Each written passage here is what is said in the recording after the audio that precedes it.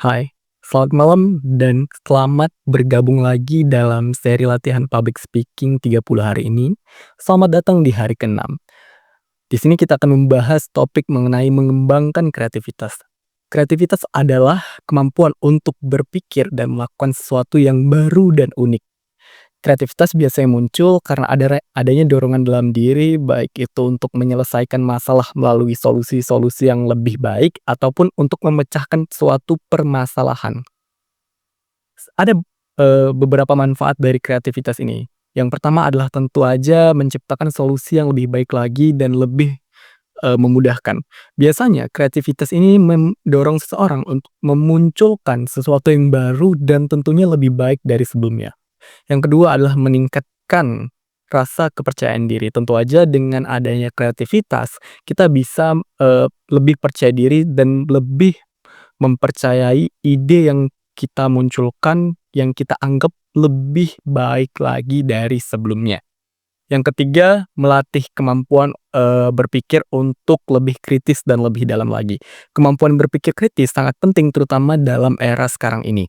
Jika kita bisa berpikir lebih kritis, kita bisa menilai aspek-aspek yang lebih dalam lagi mengenai suatu permasalahan, mengenai suatu hal, maka kita bisa menemukan solusi yang lebih baik lagi dan bisa memecahkan permasalahan walaupun harus berpikir lebih dalam lagi.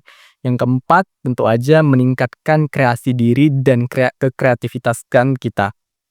Jika kita berpikir lebih kreatif, jika kita mengembangkan kreativitas kita, manfaatnya tentu aja kita bisa memunculkan ide-ide baru yang unik dan lebih kreatif sehingga orang-orang mungkin bakalan tertarik terhadap ide kita ini.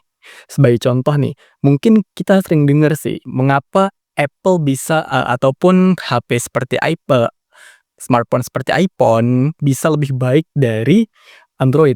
Itu karena, marketing yang dilakukan oleh Steve Jobs benar-benar bagus. Dia berpikir kreatif secara kreativitas gitu kan, gimana agar orang-orang itu menganggap Apple ini merupakan suatu smartphone yang untuk kalangan kelas atas dan jika dimiliki oleh seseorang, iPhone ini dapat menambahkan, kualitas ataupun menambahkan, daya tarik seseorang.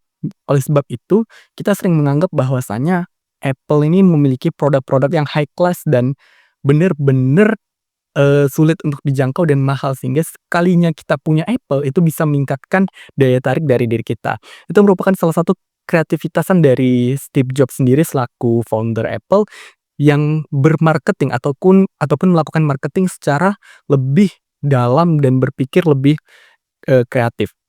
Nah, selain itu bagaimana sih tips untuk melatih kreativitasan ini? Nah, cobalah yang pertama itu tentu aja membaca. Membaca merupakan hal dasar yang mampu mengembangkan kemampuan berpikir kita sehingga kita bisa menemukan lebih banyak ide dan wawasan lagi. Yang kedua, cobalah untuk berlatih memikirkan, misal kita cobalah berlatih memecahkan masalah, misal masalah macet di daerah kita sendiri ataupun masalah-masalah sederhana. Misal, bagaimana sih cara yang lebih efektif dalam menyapu atau mengepel rumah, ataupun cara yang lebih efisien sehingga tidak membuang banyak waktu. Yang ketiga, tentu aja cobalah baca buku inspiratif karena melalui buku-buku inspiratif juga kita bisa menemukan wawasan yang lebih luas juga. Selain buku-buku sains, buku-buku novel, buku inspiratif ini bisa menumbuhkan rasa semangat kita untuk berpikir dan melakukan banyak hal dengan motivasi yang baru.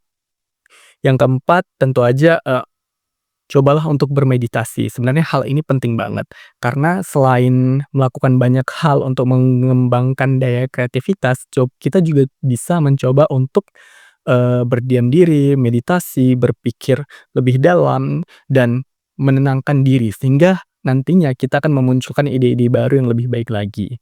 Nah, begitu teman-teman. Baik, terima kasih karena sudah mendengarkan video ini sampai akhir dan saya cuma pengen bilang, cobalah untuk berlatih lebih baik lagi, cobalah untuk terinspirasi lebih banyak lagi.